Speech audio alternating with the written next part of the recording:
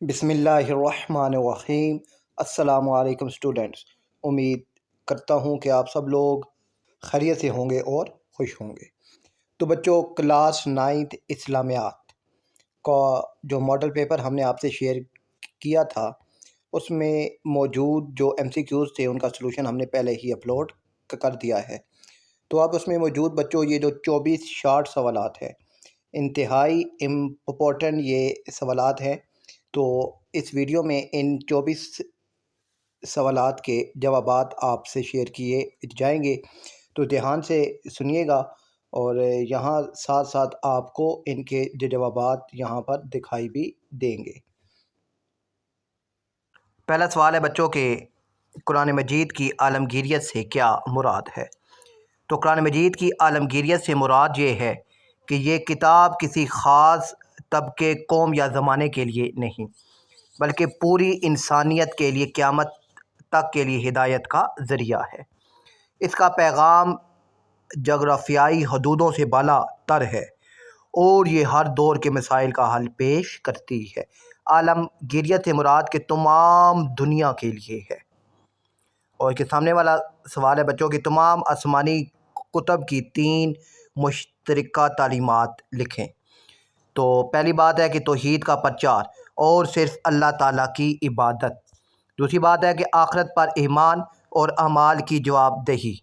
اور تیسری بات ہے کہ اعلیٰ اخلاقی اقتدار جیسے سچائی، عدل اور انسانیت کی خدمت کی ترغیب دینا۔ یہ باتیں تمام آسمانی کتب میں موجود ہیں۔ اس کے بعد بچوں دوسرا سوال ہے کہ زکوٰۃ اور عشر میں فرق بیان کریں۔ تو زکوٰۃ نقدی سونے، چاندی اور مال تجارت پر سالانہ 2.5% کے حساب سے فرض ہے۔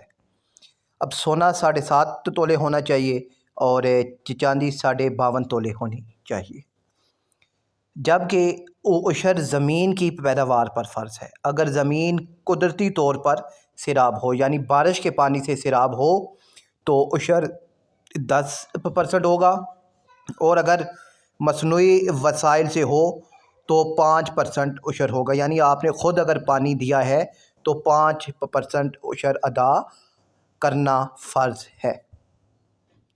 اس کا دوسرا حصہ ہے بچوں، حسد اور رشک میں کیا فرق ہے؟ مثال سے واضح کریں۔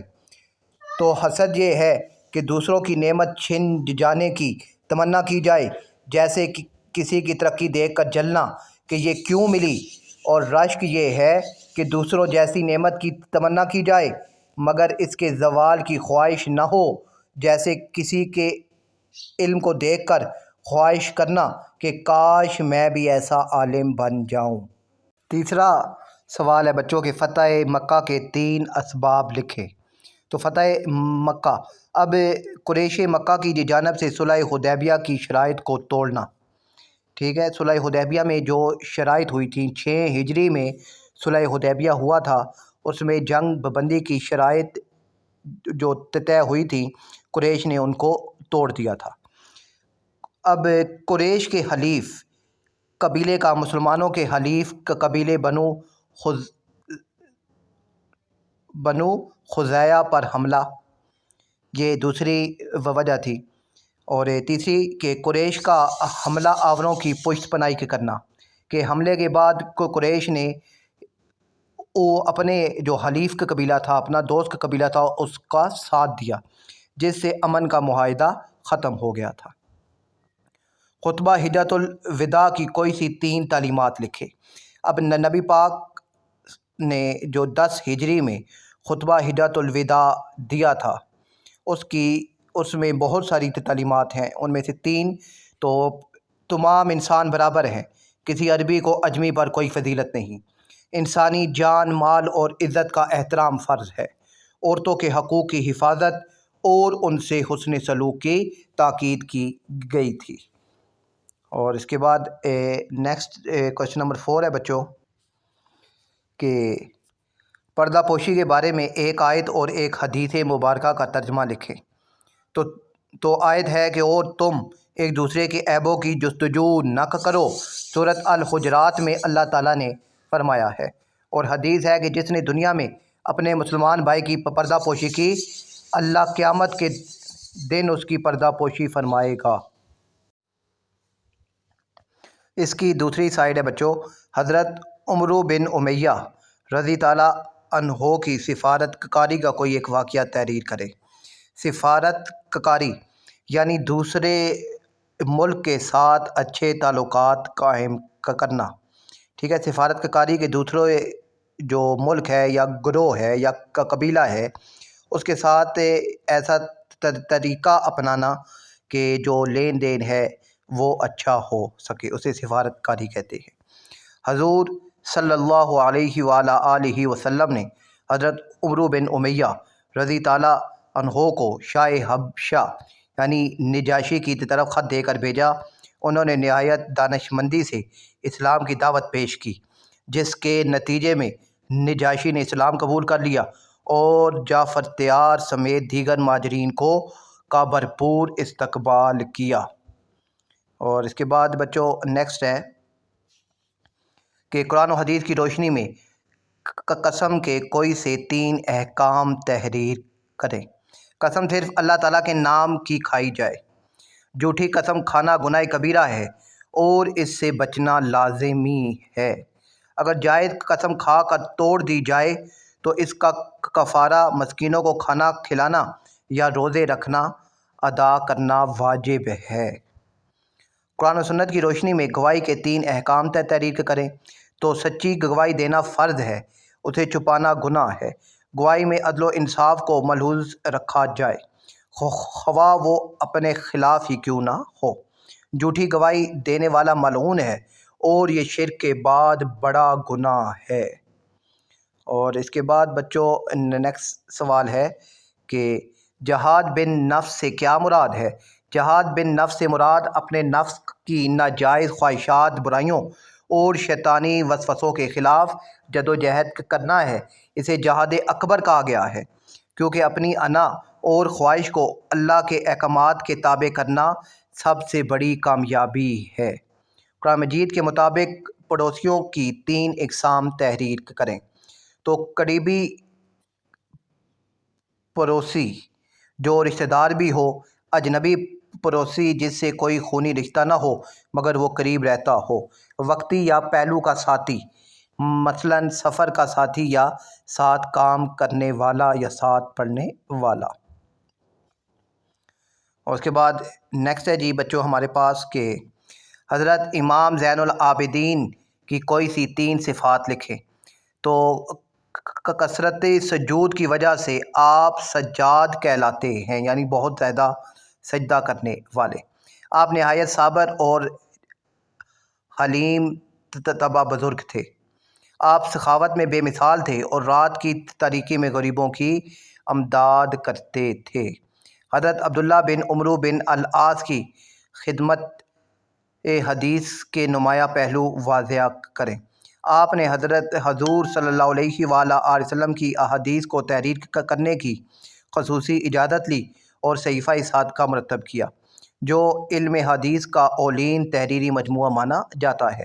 آپ کی اس کاوش نے احادیث کو تحریری شکل میں محفوظ کرنے میں اہم کردار ادا کیا، ٹھیک ہے۔ یہ ان کی خدمت حدیث کا نمایاں پہلو ہے صحیفہ صادقہ۔ اور اس کے بعد ہے جی بچوں کہ اسلامی تعلیمات کی روشنی میں جسمانی ریاضت کی کوئی سی 3 حدود و قیود لکھیں۔ ریاضت کے دوران کسی حرام کام مثلاً جوا کی آزمائش نہ ہو، جسم کے پردے ستر کا مکمل خیال رکھا جائے، کھیل یا ورزش نماز اور دیگر فرائض دینی میں رکاوٹ نہ بنے۔ کے بعد کے سامنے والا سوال ہے کہ اسوہ نبوی صلی اللہ علیہ وآلہ وسلم کی روشنی میں خود اعتمادی اور خود انحصاری کی 3 مثالیں لکھیں۔ ہجرت کے موقع پر غار ثور میں اللہ پر مکمل بھروسہ کرنا، غزوہ خندق میں اپنے حصے کا کام خندق کھودنا خود سر انجام دینا، تجارت میں اپنی محنت اور دیانت پر اعتماد کرتے ہوئے کامیابی حاصل کرنا۔ کے بعد نیکسٹ ہے بچوں کہ اسوائے نبوی صلی اللہ علیہ وآلہ وسلم سے مستقبل کی منصوبہ بندی کی 2 مثالیں تحریر کریں۔ ہجرت مدینہ کے دوران راستوں کا انتخاب اور غار میں قیام کی مکمل منصوبہ بندی، مدینہ پہنچ کر مہاجرین و انصار کے درمیان بائی چارہ قائم کرنا جسے مواخات مدینہ بھی کہتے ہیں تاکہ معاشی استحکام آ سکے۔ اور اس کے سامنے والا سوال ہے کہ قرآن و حدیث کی روشنی میں عقیدہ ختم نبوت کا مفہوم واضح کریں۔ عقیدہ ختم نبوت کا مطلب ہے کہ اللہ تعالیٰ نے نبوت کا سلسلہ حضرت محمد صلی اللہ علیہ وآلہ وسلم پر ختم کر دیا ہے۔ آپ صلی اللہ علیہ وآلہ وسلم اللہ کے آخری نبی ہیں اور آپ کے بعد قیامت تک کوئی نیا نبی نہیں آئے گا۔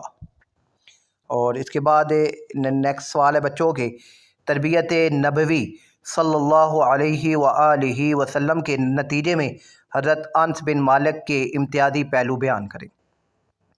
حضرت انس رضی تعالیٰ عنہ نے 10 سال تک حضور اکرم صلی اللہ علیہ وآلہ وسلم کی خدمت کی، جس سے ان کے مزاج میں عجز اور نرمی آئی۔ آپ صلی اللہ علیہ وآلہ وسلم کے نقش قدم پر چلتے ہوئے وہ کثرت احادیث کے راوی بنے اور ان کی پوری زندگی سنت نبوی کا نمونہ بن گئی۔ آپ صلی اللہ علیہ وآلہ وسلم کی سیرت طیبہ سے حسن معاملہ کی ایک مثال تحریر کریں۔ ایک مرتبہ حضور صلی اللہ علیہ وآلہ وسلم نے ایک شخص سے اونٹ ادھار لیا۔ جب وہ واپس کرنے لگے تو آپ صلی اللہ علیہ وآلہ وسلم نے اس سے بہتر اونٹ واپس کیا اور فرمایا، تم میں سب سے بہتر وہ ہے جو لین دین کے معاملے میں اچھا ہو۔ ٹھیک ہے۔ اور اس کے بعد نیکسٹ ہے جی بچوں ہمارے پاس کہ روزے کے 3 معاشرتی فوائد تحریر کریں۔ بھوک پیاس کا احساس ہونے سے غریبوں کے لیے ہمدردی پیدا ہوتی ہے، معاشرے میں اتحاد اور نظم و ضبط کی فضا قائم ہوتی ہے، باہمی خیر خواہی اور احسار کے جذبات پروان چڑھتے ہیں۔ کہ سامنے والا سوال ہے کہ سیرت نبوی صلی اللہ علیہ وآلہ وسلم کی روشنی میں سخاوت اور احسار کے 3 فوائد لکھیں۔ معاشرے سے غربت کا خاتمہ ہوتا ہے، انسان کے دل سے مال کی محبت نکلتی ہے اور نفس پاک ہوتا ہے۔ تیسرا فائدہ، اللہ تعالیٰ کی خوشنودی اور برکت حاصل ہوتی ہے۔ کے بعد نیکسٹ سوال ہے بچوں کہ حضرت ابو القاسم کشیری رحمۃ اللہ تعالیٰ علیہ کی روحانی خدمات لکھیں۔ آپ نے رسالہ کشیریہ لکھ کر تصوف کو بدعات سے پاک کیا اور اسے شریعت کے مطابق ڈالا۔ آپ نے ثابت کیا کہ حقیقی تصوف اتباع سنت اور قرآن کے احکامات پر عمل کرنے کا نام ہے۔ اور آخری سوال ہے کہ بچوں ابن رشد جن علوم پر دسترس رکھتے تھے ان میں سے 3 کے نام لکھیں۔ تو آپ علم طب، فلسفہ اور فقہ کے علوم پر دسترس رکھتے تھے۔ بچوں مجھے امید ہے کہ یہ 24 سوالات آپ کو سمجھ آ گئے ہوں گے، ان کو اچھے طریقے سے یاد کرنا ہے آپ نے، بہت اہم سوال ہے، اور اس کا جو گیسٹ پیپر ہے وہ بھی انشاءاللہ جلد ہی آپ تک پہنچ جائے گا۔ اپنا خیال رکھیے گا، اللہ حافظ۔